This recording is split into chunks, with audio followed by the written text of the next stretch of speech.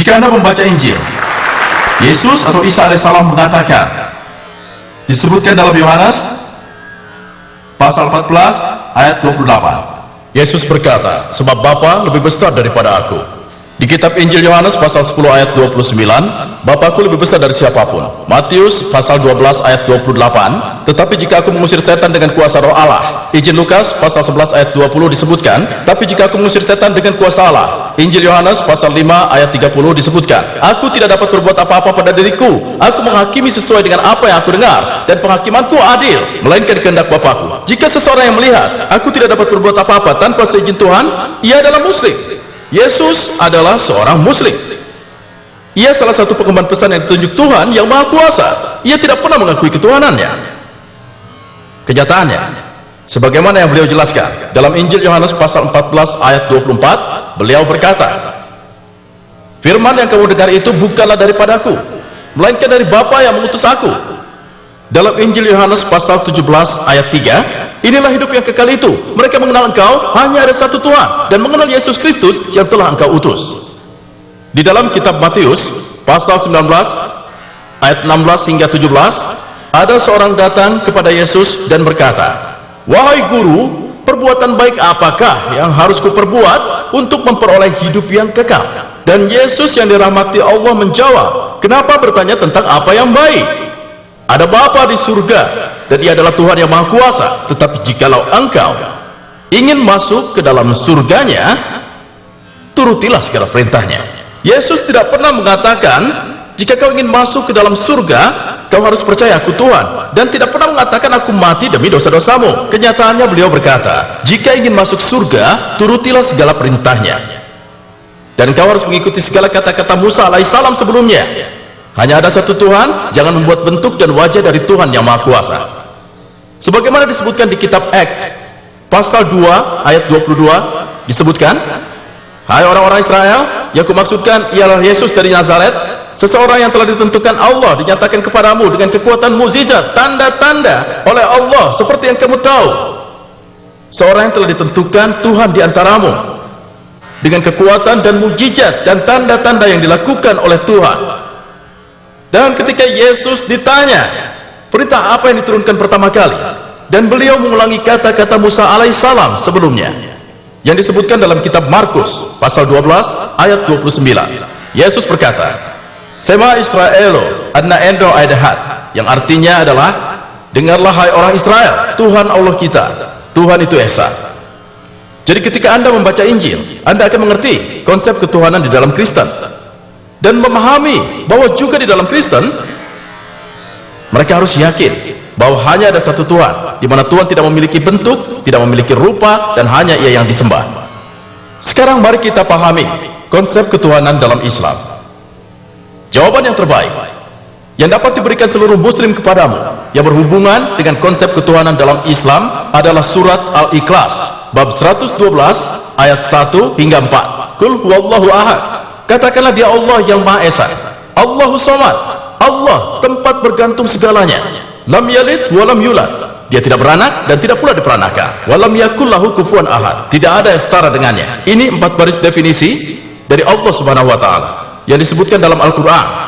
Jika ada yang berkata ia kandidat dari Tuhan, jika kandidat sesuai dengan 4 baris penjelasan dari surat Al-Ikhlas, kami umat muslim tidak keberatan menerima ia sebagai Tuhan yang Maha Kuasa. Pertama, Qul huwallahu ahad, dialah Tuhan yang Esa. Yang kedua, Allahu Samad, Allah tempat bergantung segalanya. Yang ketiga, lam yalid walam yulad, tidak beranak dan tidak pula diperanakan. Keempat, walam yakul lahu kufuwan ahad, tidak seorang pun setara dengannya. Ini penjelasan 4 baris dari Allah Subhanahu wa Ta'ala, dari Tuhan yang Maha Esa yang disebutkan dalam Quran. Jika ada seseorang mengaku bahwa ia adalah Tuhan, jika seseorang tersebut sesuai dengan penjelasan 4 baris, kami umat muslim tidak keberatan menerima bahwa ia adalah Tuhan. Surat Al-Ikhlas ini adalah kunci dari ilmu teologi. Ini seperti ujian yang dapat digunakan untuk membuktikan jika ada yang mengaku dirinya sebagai Tuhan, apakah ia Tuhan yang sebenarnya atau bukan. Untuk contohnya, ada banyak orang yang menganggap Bhagwan Rajanes adalah Tuhan. Ada pertanyaan penganut Hindu yang memberitahu saya, Saudara Jakir, Kami tidak menyatakan Bhagwan Rajneesh sebagai Tuhan. Hindu juga tidak menyatakannya. Dan saya katakan saya tidak pernah mengatakan Hindu menyatakannya. Saya membaca kitab suci Hindu. Tidak ada kalimat yang menyebutkan bahwa Bhagwan Rajneesh Tuhan. Saya katakan banyak orang yang menyatakan dia sebagai Tuhan. Mari kita cocokkan Bhagwan Rajneesh dalam surat Al-Ikhlas. Yang pertama, Qul huwallahu ahad. Katakanlah dia Allah yang Maha Esa. Apakah Bhagwan Rajneesh satu-satunya? Apakah hanya ia seorang yang mengaku dirinya Tuhan? Ada 1000 orang lainnya yang mengaku Tuhan. Dan khususnya dari negara kelahiran saya di India, ada ribuan orang yang mengaku dirinya Tuhan, bukan hanya Bhagwan Rajneesh. Dan ada banyak mengatakan, tapi beliau itu unik. Jadi mari ke ayat selanjutnya. Allahus Somad, Allah mutlak yang kekal.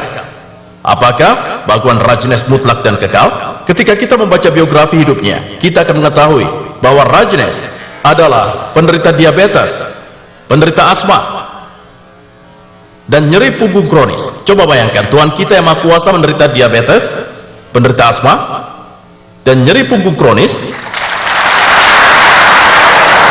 Dan ujian yang ketiga, lam yalid walam yulad, dia tidak beranak dan tidak diperanakan. Kita semuanya tahu bahwa Bhagwan Rajneesh dia lahir di India dan punya ayah ibu. Di tahun 1981 dia pergi ke Amerika, kemudian membangun sebuah kota di daerah Oregon yang bernama Rajneesh Forum, melakukan ribuan kunjungan di Amerika, dan kemudian pemerintah Amerika menangkapnya. Dan Rajneesh ketika di dalam penjara meminta rokok kepada pemerintah Amerika. Bayangkan, Tuhan kita yang Maha Kuasa meminta rokok kepada Amerika. Dan di tahun 1995 Amerika mendeportasinya dari Amerika dan kembali ke India.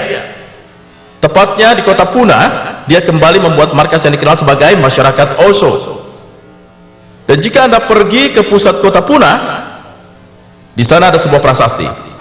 Dan di prasasti tersebut, di batu prasasti tersebut bertuliskan Bhagwan Rajneesh tidak pernah lahir, tidak pernah mati, tapi singgah di planet bumi pada tanggal 11 Desember 1991 sampai dengan 19 Januari 1990. Tidak pernah lahir, tidak pernah mati, tapi mengunjungi bumi 11 Desember 1991 sampai 19 Januari 1990. Dan mereka lupa mencantumkan di prasasti tersebut bahwa ia pernah tidak diizinkan masuk ke 21 negara karena tidak punya visa. Bayangkan, Tuhan kita yang Maha Kuasa datang ke bumi ini, mengunjungi bumi ini, membutuhkan visa untuk pergi ke negara lain. Tuhan yang menciptakan dunia harus mengemis visa untuk masuk ke negara-negara yang terdapat dalam bumi yang telah diciptakannya. Dan ujian yang terakhir, walam yakul lahu kufuwan ahad, tidak ada yang setara dengannya.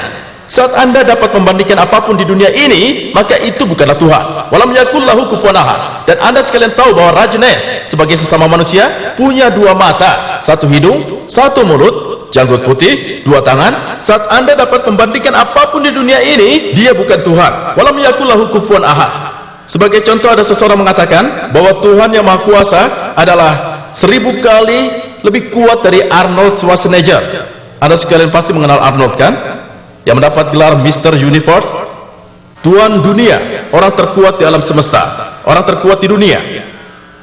Pada saat kalian membandingkan Tuhan kepada siapapun, kepada Arnold Schwarzenegger, Dara Singh atau King Kong, yang dimana lebih dari 1000 atau jutaan kali, pada saat kalian dapat membandingkan Tuhan dengan apapun, dia bukanlah Tuhan.